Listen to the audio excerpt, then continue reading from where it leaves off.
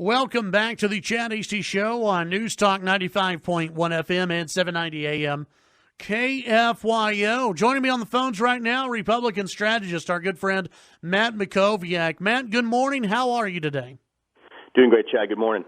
Hey, thanks for joining us. The first two Democrat debates begin tomorrow night, the first of two Democrat debates. But for those who are actually going to be watching this, and I don't know if it'll really get high ratings out there, we're still pretty early on into this whole process, but what do you think people should be looking for, and what in particular are you going to be looking for from these candidates? Yeah, I mean, look, first of all, I think, let's just back up for a second. They got 20 candidates participating in the debates, 10 each night. Hour-and-a-half long debate. I mean, each candidate's going to get 6 or 7 minutes. So let's start with the realization that the bar is pretty low. Candidates are going to get 3 or 4 questions, short answers. They're not going to be able to get into a lot of depth.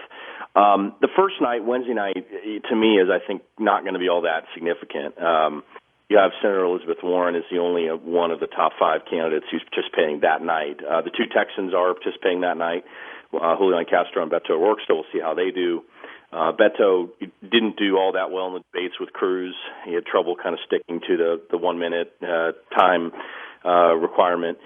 He likes to sort of talk, and so that doesn't really work in debates. So the first night I don't think will be all that meaningful unless Elizabeth Warren has a problem or someone else catches fire in some way. The second night to me is going to be more interesting on Thursday night. I mean, that's where we have Biden and Bernie Sanders both there. Cory Booker, who's less of a factor in the polls, but has gone after the former vice president on the comments he made about the 2 segregationist senators, could create an interesting moment. So it'll be interesting to see in that second debate when you have Pete Buttigieg and Biden and Bernie all there. I mean, does Biden's coming into these debates as the front runner, as the national leader in the polls, and as the person who's leading in all 3 of the early states, or all 4 of the early states. Does something change that? I mean, that to me is the question. Does that change in some meaningful way on after Thursday night? I tend to think it probably won't change the dynamic that much. We'll have to see. We'll just have to see how he does. I mean, Biden actually is not a bad debater. He's obviously done a lot of it in the Senate. He did it, quite a bit when he was the vice president, both as the nominee and then as the sitting vice president. So he's got more experience at this than pretty much anyone else here on the stage. So to me, those are the things that that I'm looking for. I guess more broadly, the last thing I'd say, Chad, is do these candidates sort of chase progressive support in such a way that the eventual nominee says something that causes problems for them in the general election. I think that's another thing to watch. They're making such expensive promises on a wide range of issues. The math doesn't work, and it's not clear to me that these are popular ideas, broadly speaking. They may be popular among progressives. So, this is good for Trump, I think, that these folks are going to go after each other. They're going to go after him, too, but they're going to go after each other, and they're going to be making really expensive left-wing promises that voters are just not going to likely want to see happen. Matt, you see Elizabeth Warren, and she continues to climb in the polls, and I think in a couple of polls she's overtaken Bernie Sanders. Definitely in some state polls she has overtaken Bernie Sanders for that second spot. With her being on night one, with a bunch of people who are polling at 0%, does that impact her at all when people are going to try to see, do they like Elizabeth Warren or do they like Bernie Sanders? When they're trying to compare to the two, or is it so early on that it really doesn't matter? Yeah, I mean, I think broadly speaking, it doesn't matter that much. She's going to be in the future debates where she's going to be able to go head-to-head with those people. These other sort of second, third, and fourth team candidates are likely not going to be there as the debates go forward. So I think she's going to have her opportunity. To me, being on the first night is not an advantage. I mean, she's going to have a lower television audience. The expectations are going to be probably higher for her. She stands to gain almost nothing. But I think she could stand to lose something if she doesn't do well or causes a problem for herself or if she's outshined by someone else. So, but again, I don't think it matters that much. I don't think a debate in June is going to decide this thing. Yeah. The question for me is, we know who the top 5 people are right now who are polling and raising money. Does that top 5 change? Does the order change? Does someone break in? Does someone drop down? And how does that affect the rest of the race? Who in this, over the 2 nights, who needs a good performance to really be in the conversation? Well, I would say the folks who are kind of flagging a bit, and I probably would start with Beto. He's really kind of almost become irrelevant in this race. He's been putting out some policy proposals in the last couple of weeks to try to get ahead of this first debate. But his poll numbers have really gone down. He's been really taken over by Pete Buttigieg.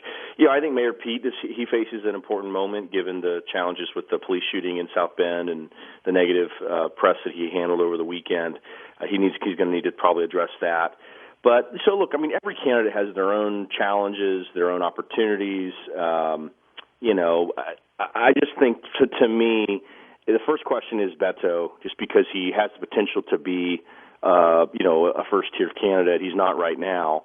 I think the other question is going to be, who survives to the next debate. In July, they're basically increasing the threshold. I think it's like 2% in national polls or state polls, and then it's 130,000 donors instead of 65,000. That's going to cut out 5, 6, maybe 7 of these people. So the question is, does someone maybe that we're not paying attention to impress enough over that 6 or 7 minutes on either night that they can ultimately debate? The DNC is giving a lot of these third and fourth tier candidates a real opportunity. It may not seem like it, but they are, because these folks are being able to stand on a stage with a former vice president, a sitting United States senators, members of Congress, et cetera. So they have an opportunity. It'll be interesting to see whether they're able to make anything of it. Matt, there was some news that came out earlier in the week, and I'm sure you saw it. It was basically a big fundraising operation that I think it's going to be congressional Republicans are going to be doing moving forward. Democrats have had the Act Blue, I guess, for a while, being able to raise money. Republicans have come out with their own, I think it's called Win Red, type of deal to raise money in order to really gain seats in the House and in the Senate. How big of a deficit right now are Republicans when trying to take back the House?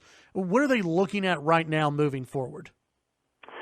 Yeah, this is an effort to, as you said, try to offset the tremendous small dollar donor advantage the Democrats have. The big question is going to be, do Republican supporters, want to give small dollar contributions to the same extent that Democrats do, particularly online? And this is going to test that question. We just haven't had sort of a central, clearinghouse or gathering place online for people to go to give to candidates.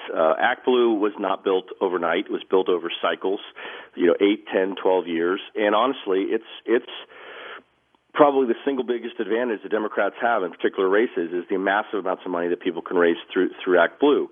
They make it easy to give to more than one candidate. They make it easy to give to the most important races. All the campaigns on the Democratic side use it. It's not clear whether that type of immediate embracing is going to happen on our side. There are other sites as well. I know the other popular payment processor, Anadot, has a lot of support among campaigns and candidates and state parties. So we'll see whether WinRed is successful or not. I think one thing that is interesting, so 2 things. One, they really had to get the data piece right so that the Trump campaign and the RNC would get access to the data. That was really important that the data was being shared. But then, the second thing is that the one kind of interesting thing that I thought in there was they allow you to split donations. So they make it such that if you go on there and you want to give to, such and such congressman for his reelection, there'll be an option where you can split your donation between that candidate and maybe the, president's reelection if you want, or vice versa. If you wanted to give to Trump and they say, hey, do you want to give to your local congressman or do you want to give to any of these 5 candidates who are in the most competitive races? So they're going to make it easier to give more money to more people if you want at the small dollar level. So we'll see whether it takes off. It obviously just launched. It's the product of a lot of work by a lot of people. And so far, I think the kind of Republican team came together and put sort of ego and money aside to try to launch this site. We'll see whether it's successful or not. Very good. Matt Mackowiak, Republican strategist. Matt, tell folks about your newsletter and your podcast. Yeah, as your listeners know, we do a morning email for Texas called Must Read Texas. More than 3,000 Texans subscribe. Take all the news from around the state, put it in one clean, easy-to-read email, and deliver it to your inbox by 9 a.m. each weekday morning. You can sign up for a free one-week trial at mustreadtexas.com. The podcast is called Mac on Politics. 2 new episodes posted just in the last 3 or 4 days. Congressman Chip Roy, who's been in the news quite a bit, and then just interviewed the former United States ambassador to Iraq, Ryan Crocker, about the situation in Iran. You can find the podcast in iTunes, on Google Play, on Stitcher, and on Spotify. Now, that's going to be a very interesting podcast. Matt, thank you very much. Appreciate your time as always. Have a great week. Take care. You too. That's Matt Mackowiak here on the Chad Hasty Show.